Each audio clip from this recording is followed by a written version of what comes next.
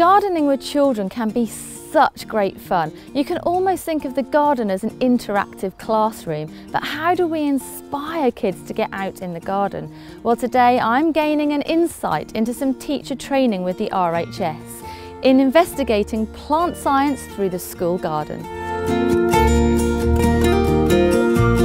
So my name's Alison Findlay. I work for the Royal Horticultural Society as a community outreach advisor for the East of England.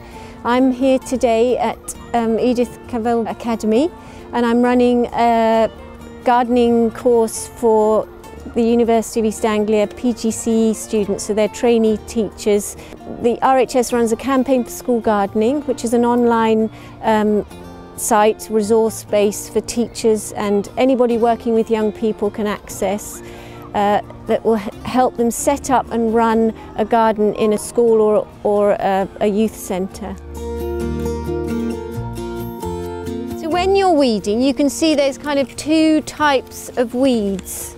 There's the annual weeds that have these cotton roots. In contrast, the other type of weed is a perennial weed, and these have running roots like this. So you can see just coming out into a bare patch of soil in your school garden. It doesn't necessarily have to be a vegetable garden, it's probably just any bare patch of soil. You'll have these life cycles that you can show the children.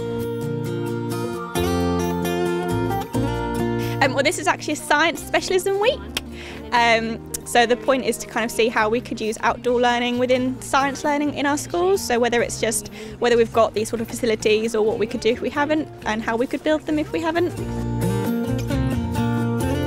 So today's course is centred on the science curriculum. So we're showing how going outside is a really good way of enriching their teaching of the science curriculum. So whether it's just going out into a local nature reserve or park, or creating that space within their school grounds by planting a native hedge, creating a meadow, digging a pond, or in a kind of vegetable situation where they're growing annual vegetables.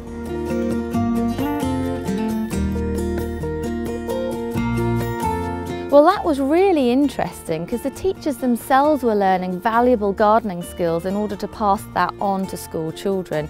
And if you need to know how to get started, then take a look at the RHS website where there's loads of tips and advice for getting your kids out in the garden.